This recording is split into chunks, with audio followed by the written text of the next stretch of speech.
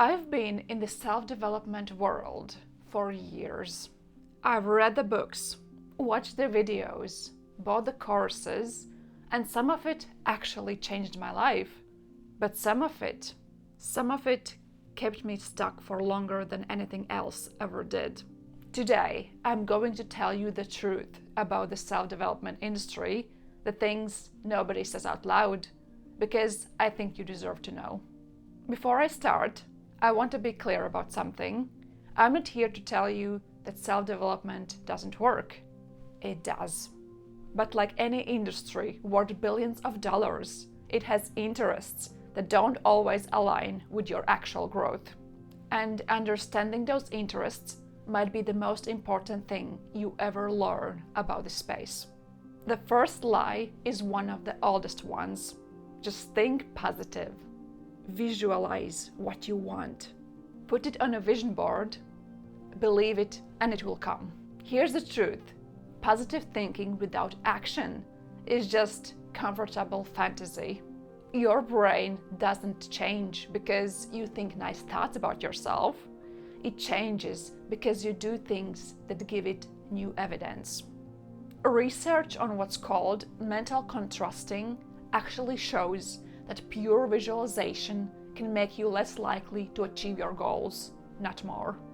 Because your brain experiences the fantasy and reduces the drive to actually work toward it. Positive thinking is a tool, not a strategy. Use it to fuel action, not replace it. The second lie is the one that burned the most people out in the last decade. Hustle, grind, sleep when you're dead. If you're not working every hour, you're falling behind. This lie is especially dangerous because it dresses itself up as discipline. It makes exhaustion feel like strength. And it convinced an entire generation that rest was weakness and boundaries were excuses. The truth is that sustainable growth requires recovery. Your brain consolidates learning during rest. Your best ideas come when you're not forcing them. The most productive people in the world don't work most hours. They protect their energy like it matters. Hustle culture isn't about success. It's about selling you the idea that you're never doing enough. Because people who feel like they're never doing enough keep buying courses. Lie number 3. Find the perfect morning routine and everything will fall into place.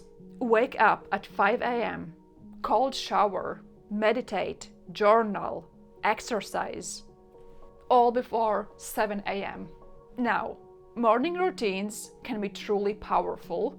I'm not saying they're useless, but the industry has turned them into a product, a performance, something to optimize endlessly instead of actually living. Here's what nobody tells you. A morning routine is only as good as the intention behind it. If you don't know why you're waking up early, you're just exhausted with schedule. The routine doesn't create the purpose. You have to bring the purpose to the routine. And if the 5 a.m. routine doesn't work for your body, your schedule, or your life, forcing it isn't discipline. It's just self-punishment with a productivity label.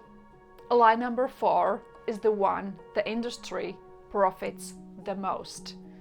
You just need more information. Another book, another course, another video, another podcast. Just keep consuming and eventually it will all click. But here's the uncomfortable truth. Information without application is just entertainment.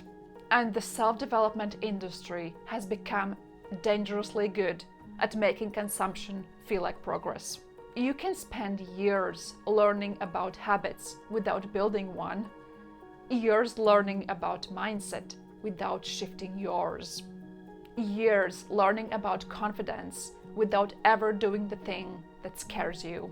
The most life-changing thing I ever did wasn't consuming more content. It was closing the app and doing the thing I'd been learning about for months. More information is almost never the answer. More action almost always is. So, what does actually work? After everything I've tried, here's what I've found to be true. Action beats information every time. You learn more from doing something badly once than studying it perfectly for a year. Consistency beats intensity. Small things done daily change your brain. Big things done occasionally change nothing. Self-compassion beats self-criticism. Every study on behavior change shows that people who treat themselves kindly when they fail are more likely to try again, not less. And finally, your own experience beats everyone else's advice, including mine. Test everything. Keep what works. Discard what doesn't. Build the version of self-development that's actually yours. I want to be honest with you about something. I make self-development content, which means I'm part of this industry. What I try to do differently is this. I don't want you to need me. I want you to need yourself.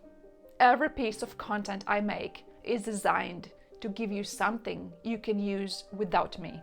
A framework, a shift, a tool that becomes yours. If this video resonated with you, save it.